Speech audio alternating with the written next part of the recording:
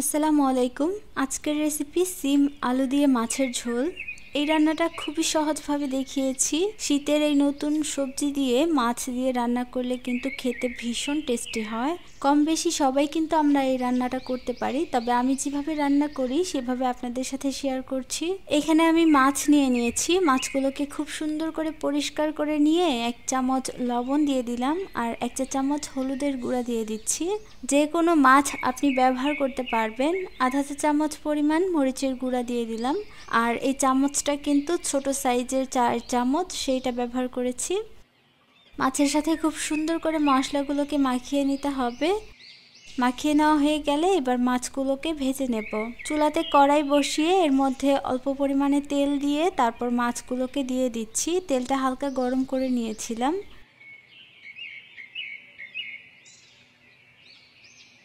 সবগুলো মাছ দেওয়া হয়ে গেলে এক সাইড যখন ভাজা হবে তখন উল্টিয়ে দিতে হবে। মাছগুলো আমি একটু ভালো করে ভেজে নেব। আপনারা আপনাদের পছন্দ অনুযায়ী মাছ ভেজে নিতে পারেন, কম বা বেশি।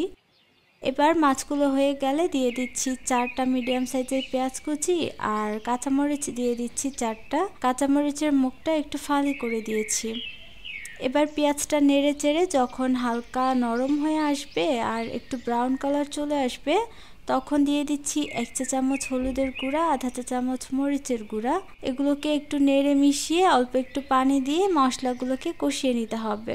আমি আজকে আপনাদের কিন্তু অল্প মশলায় এই রান্নাটা করে দেখাবো যাতে আপনাদের সুবিধা হয়, আর এইভাবে রান্না করলে কিন্তু তরকারিটা খেতে ভীষণ মজা হয়। তো যখন তেলটা পুরোপুরি ছেড়ে দেবে, মশলা কষানো হয়ে যাবে, তখন শিম আলু দিয়ে দিচ্ছি আর দিয়ে দিচ্ছি অল্প একটু লবণ পরিমাণ অনুযায়ী।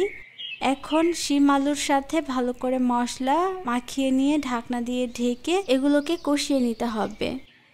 কিছুক্ষণ পর আমি ঢাকনাটা খুলে এগুলোকে নেড়ে নিচ্ছি। মাঝে মাঝে এরকম নেড়ে চেড়ে এগুলোকে কষিয়ে নিতে হবে যতক্ষণ না এগুলো ভালোভাবে সেদ্ধ হয়ে যাচ্ছে।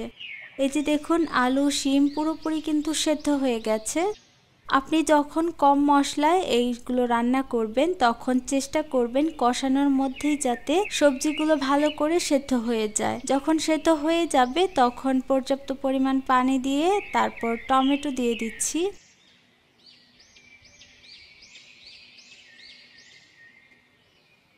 এবার এগুলোকে ঢাকনা দিয়ে ঢেকে রান্না করব। যেহেতু শিম আলু আগে থেকেই সেদ্ধ হয়ে আছে, পানির পরিমাণটা কিন্তু কম দিতে হবে। যখন টকবগে এমন ফুটতে শুরু করবে তখন মাছ দিয়ে তারপর ঢাকনা দিয়ে ঢেকে আরও 4-5 মিনিট রান্না করব। 4 থেকে 5 মিনিট পর আমি দিয়ে দিচ্ছি কয়েকটা কাঁচামরিচ পুরোপুরি ফালি করে আর ধনিয়া পাতা দিয়ে দিচ্ছি পরিমাণ মতো। এই পর্যায়ে আমি লবণটা চেক করে নেব হয়েছে কিনা। লবণ হয়ে গেছে। ঢাকনা দিয়ে ঢেকে আরো 2 মিনিটের মতো রান্না করব। 2 মিনিট পর আমার রান্না কমপ্লিট হয়ে যাবে। এটাকে নামিয়ে সার্ভ করে নেব। ভীষণ মজার একটা সবজি রেসিপি শেয়ার করেছি। শীতের মৌসুমে এই নতুন শিম দিয়ে এইভাবে মাছ দিয়ে ঝোল রান্না করলে খেতে দুর্দান্ত লাগে। কে কোথা থেকে দেখছেন অবশ্যই জানাবেন। আজকে এখানেই বিদায় নেব। সবাই ভালো থাকুন, সুস্থ থাকুন। আল্লাহ হাফেজ।